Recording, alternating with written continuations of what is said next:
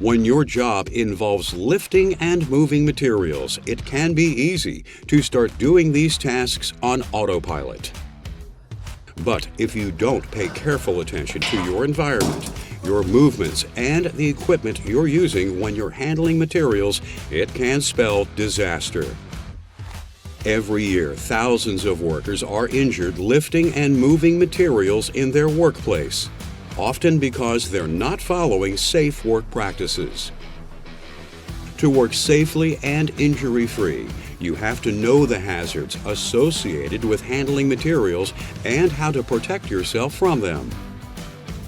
In this program, we'll discuss the best ways to prepare yourself for moving and lifting loads, what you should do to lift and move safely, and how to use different materials handling equipment.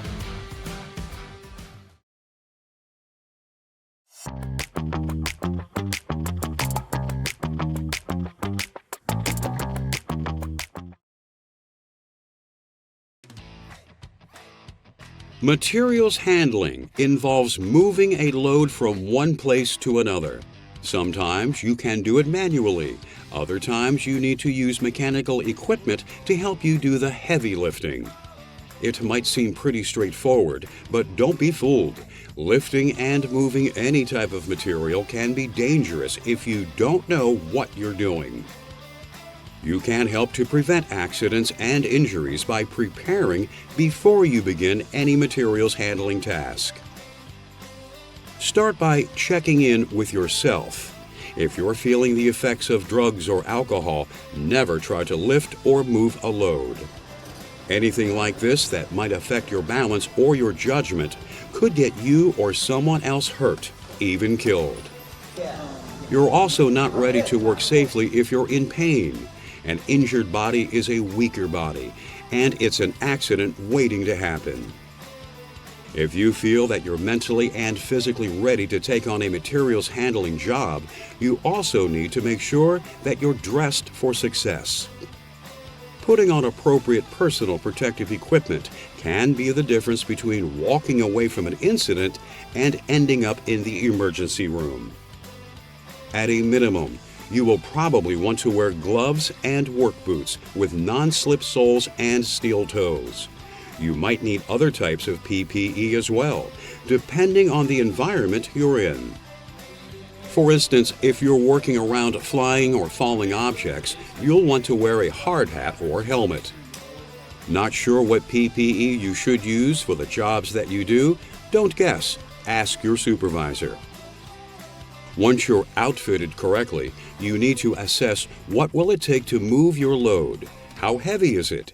Can you safely lift it on your own, or do you need the help of a coworker or some type of equipment? When in doubt, get help. You don't want to overextend yourself. That's how injuries occur. Also, take a moment to inspect the load itself. Some loads have handholds that make lifting and carrying them easier. Use them if you can. You should also check to see if there are any warning labels on the load. They'll tell you about any special handling requirements or hazards you need to be aware of. The last thing you need to do to prepare for a materials handling task is to survey the path you'll be taking if you're moving the load any distance. Even if you're ready and the load is manageable, your route could pose risks. You need to identify any obstacles ahead of time. Remove any clutter from your path. Watch out for puddles or spills. If you can't remove an obstruction, change your route to avoid it. And never try to carry a load through a cluttered or blocked area.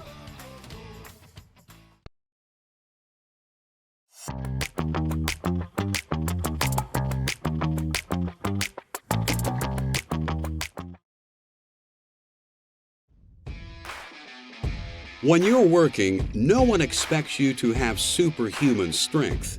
So to avoid hurting yourself, you need to understand your body's capabilities and its limitations.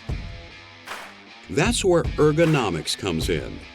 Ergonomics is all about designing tasks to fit your body so you can get the job done easily and efficiently without putting yourself at risk. Ergonomic injuries happen when you push your body to move in ways it's not designed or strong enough to move. So you should avoid working with your body in unnatural or extreme positions, such as leaning to the side while lifting a box onto a stack, turning at the waist and reaching back to grab a heavy tool behind you, or reaching too far to pick something up. Anytime you feel like you're forcing yourself into a stressful position, stop. Then think about how you can get the task done without straining yourself. For instance, you could shift your position so you can push a box without leaning. Move your feet so you can grab something without turning. Get as close to an object as possible before you lift it. If you can't create a stress-free solution on your own, don't be afraid to ask for help from a coworker. But how you position your body isn't the only thing that matters when you're moving materials. Another big risk is overexertion, when you try to do more than your body can handle. This often happens when you're working with especially heavy materials. Why are they dangerous? Because the heavier the load, the more stress it puts on your muscles, discs, and spine. And the more force you use, the harder it is to stay in control of a load as well. So be realistic about your abilities. Don't try to take on jobs you can't handle. Remember, pushing is usually safer than pulling. Always use handholds if the item that you're lifting has them. And stand up straight with the object close to your body when you lift. Even if you are dealing with loads that you think you can't handle, there's another potential problem to look out for: repetitive motions.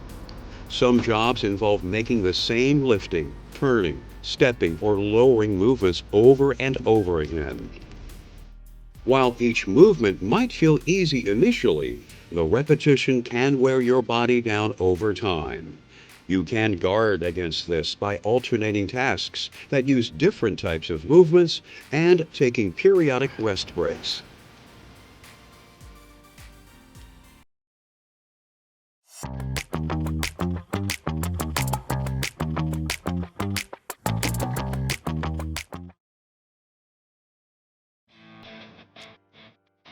Every year, more than 1 million workers injure their backs, and it usually happens because they're trying to lift something the wrong way. Materials handling involves a lot of lifting, so you need to know and follow safe lifting protocols to avoid accidents and injuries.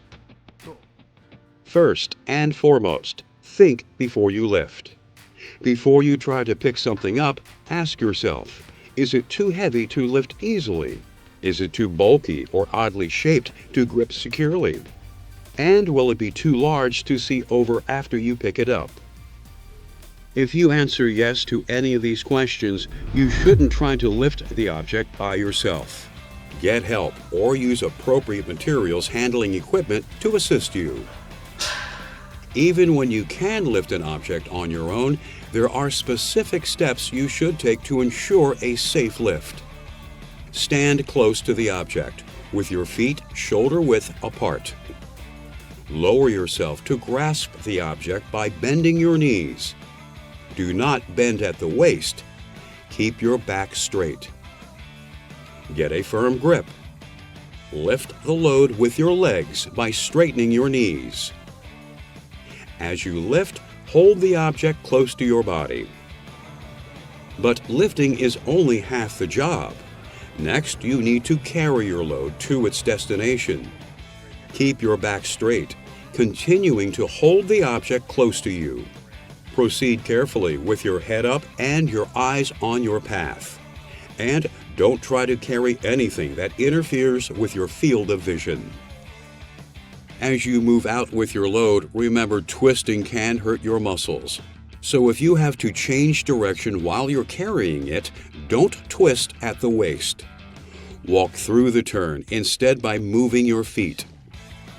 If something is too heavy to carry alone, ask a coworker to help you with it. Performing a safe team lift relies on the same principles that you use when lifting alone, but with teamwork. To maintain control of the load, you and your coworker need to coordinate your actions. So agree on the direction you'll be moving in, how fast you'll go, and where your destination is before you lift anything. You also need to pay attention to where you're putting the load. OSHA's materials handling safety regulations require you to stack and store materials in a way that doesn't create new hazards. So anything stored in tiers shall be stacked, blocked, interlocked, and limited in height so that they are stable and secure against sliding or collapse. When it's time to put the load down, go through the same steps you did to lift it, but in reverse. Keep your back straight, bend at the knees if necessary, and use your legs. You should avoid lifting a load over your head. That puts a severe strain on your neck and shoulders. Instead, use a step stool, ladder, or platform to reach the height you need, so you won't have to lift the object above chest level.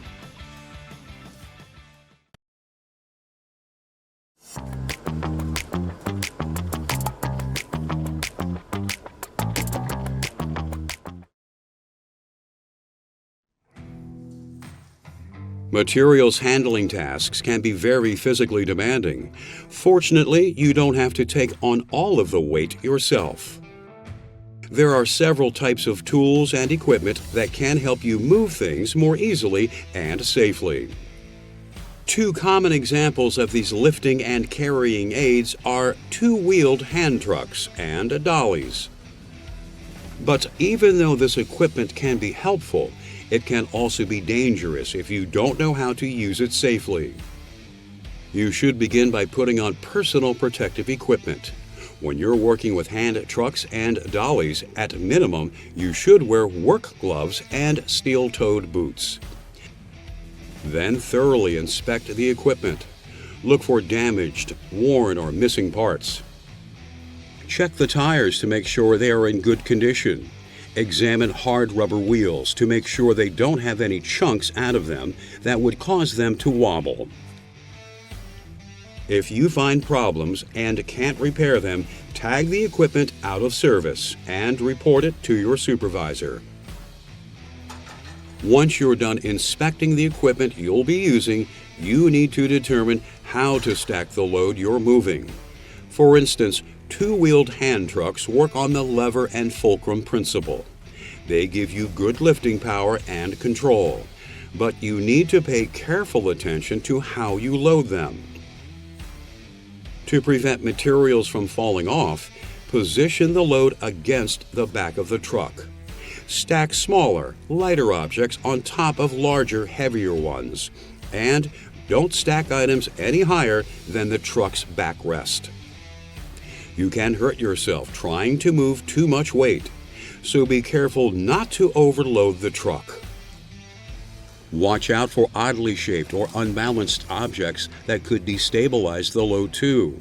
Some materials handling equipment comes with straps and chains to keep loads secure. If yours has them, use them. Once you've prepared the load, the next step is moving it. First, you need to tip the truck back. To do this safely, stand behind it. Hold the top of the load with one hand. Rest one foot on the axle. Use your other hand to gently tilt the truck back. Then balance the weight of the load over the wheels.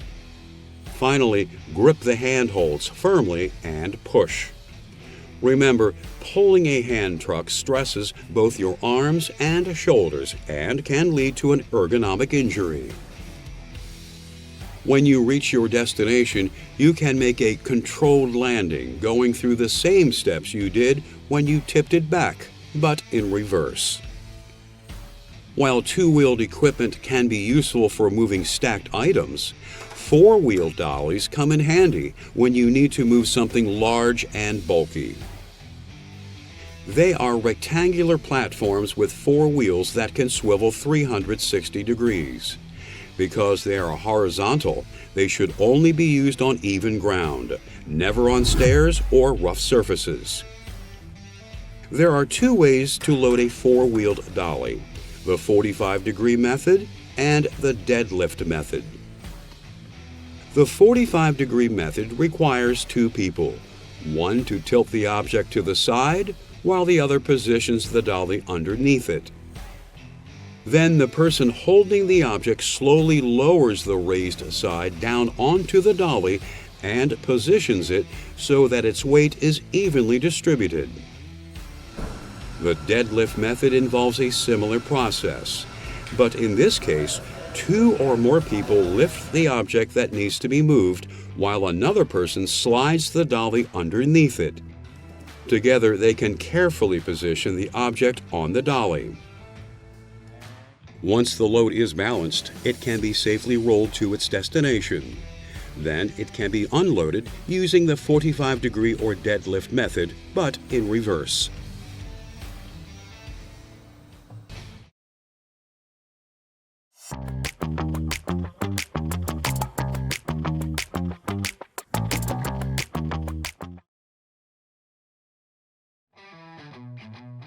When you're dealing with a very heavy load, using equipment like platform trucks and carts can help you move it securely and safely. But it's important to pay attention to how you load them. The materials you're moving must be stable and self-supporting, with their weight evenly distributed. Be careful not to overload a truck or cart as well. They can be designed to hold anywhere from hundreds to thousands of pounds, so always check their rated load capacity. You can find it on their equipment label or in their user's manual. They will tell you the maximum weight the equipment can carry safely. There are 2 main ways to stack materials on carts and trucks securely: interlocking, which involves stacking items like a puzzle to reduce their movement, and column stacking, where you pile items vertically and symmetrically. Brick and pinwheel stacking are both examples of interlocking methods, while block and split block are types of column stacking. Once you have your materials secured, you want to move the cart or truck by pushing from behind. Use caution while you're in motion. Since it's usually large and can be heavily loaded, it could be hard to stop. Be careful to avoid pedestrians, as well as other equipment and materials. When you arrive at your destination, you have to make sure that you unload the materials safely too. If you restack them in a way that leaves them unstable, they could fall and hurt someone. After you finish, be sure to park carts and trucks in their designated storage areas. Leaving equipment where people don't expect it to be can result in accidents and injuries. There may be times when you have to move materials that have been palletized.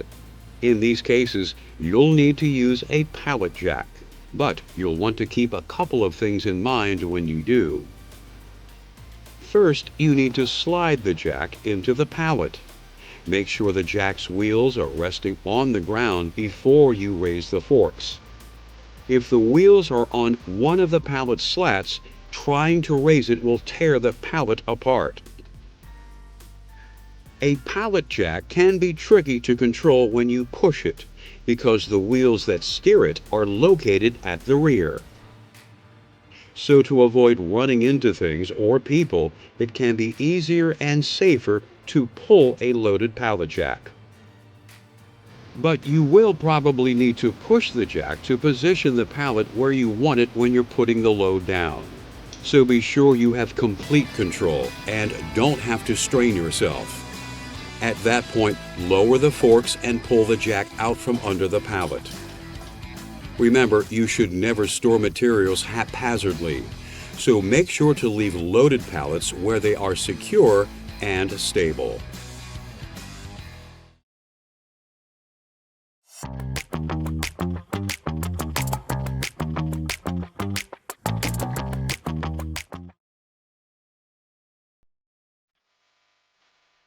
Forklifts are powerful and versatile machines, but they can also be dangerous when you're using them.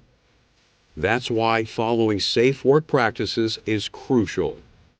When you're operating a forklift, you need to always wear your seatbelt, keep your hands and feet inside the vehicle, maintain a safe speed, and keep to the right of traffic and pedestrians. Keeping these basic safety rules in mind, when you're empty, you should drive with your forks 4 to 6 inches above the floor. As you approach your load, stop when you're about 1 foot away. You may need to get off your forklift to see if the width of the forks need to be adjusted to accommodate the size of the pallet you're going to pick up. Once the forks are spaced correctly, move the forklift forward until the forks are fully inserted into the pallet. Raise the forks so that the load is about a foot or so off the floor. Then tilt the mast back to stabilize the load. As you take your load to its destination, make sure you can always see clearly in front of you. If what you're carrying obstructs your view, run the forklift in reverse, looking over your shoulder. Always watch for pedestrians and other moving equipment, and watch out for overhead obstructions. Remember to back down any grades when your forklift is loaded, and maintain a safe distance from the edges of ramps, docks, and platforms. To help prevent collisions, stop and sound your horn as you approach corners, intersections, or doorways. Remember, pedestrians always have the right of way. If your forklift does collide with something, it could begin to tip over. In this case, do not try to jump out of the truck. That can get you killed. Instead, you should brace your feet. Pull yourself tight against the steering wheel. Lean in the opposite direction from the way the vehicle is tipping, and hang on. When you reach your destination, straighten the mast, then position the pallet on the floor or on top of another pallet of materials if you're stacking it. Even if you're not operating a forklift, working around them as a pedestrian can be dangerous. So always be aware of where the forklifts in your work area are and keep a safe distance. Don't pop up where the driver doesn't expect you. Use designated walkways whenever possible. Keep to the right when you're walking in aisles, and remember to wear a reflective vest. Since forklifts steer with their back wheels, they turn very sharply and their back ends swing out. So if you're working around a forklift, don't let this take you by surprise. Also, always stay away from a forklift's forks. Don't get caught between a forklift and a wall or other large object. And never work, stand, or walk under a raised load.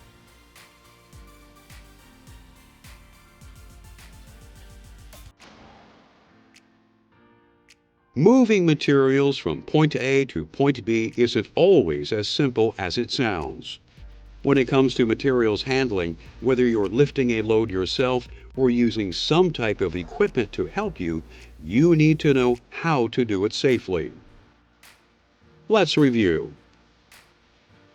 Before you can begin any materials handling job, you have to prepare yourself, your equipment, and your route. When you're lifting and carrying something, you need to work ergonomically friendly and avoid overexerting yourself.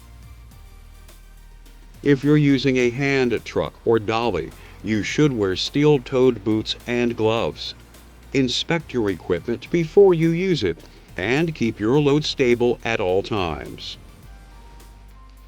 When you're using carts, platform trucks, and pallet jacks to move heavy or bulky loads, be sure to choose the right stacking method for the materials you're handling. When you're operating a forklift, be aware of your surroundings, handle your loads carefully, and sound your horn to make yourself known to pedestrians. Now that you know what you should do to handle materials safely, you can protect yourself, your equipment, and your coworkers every day.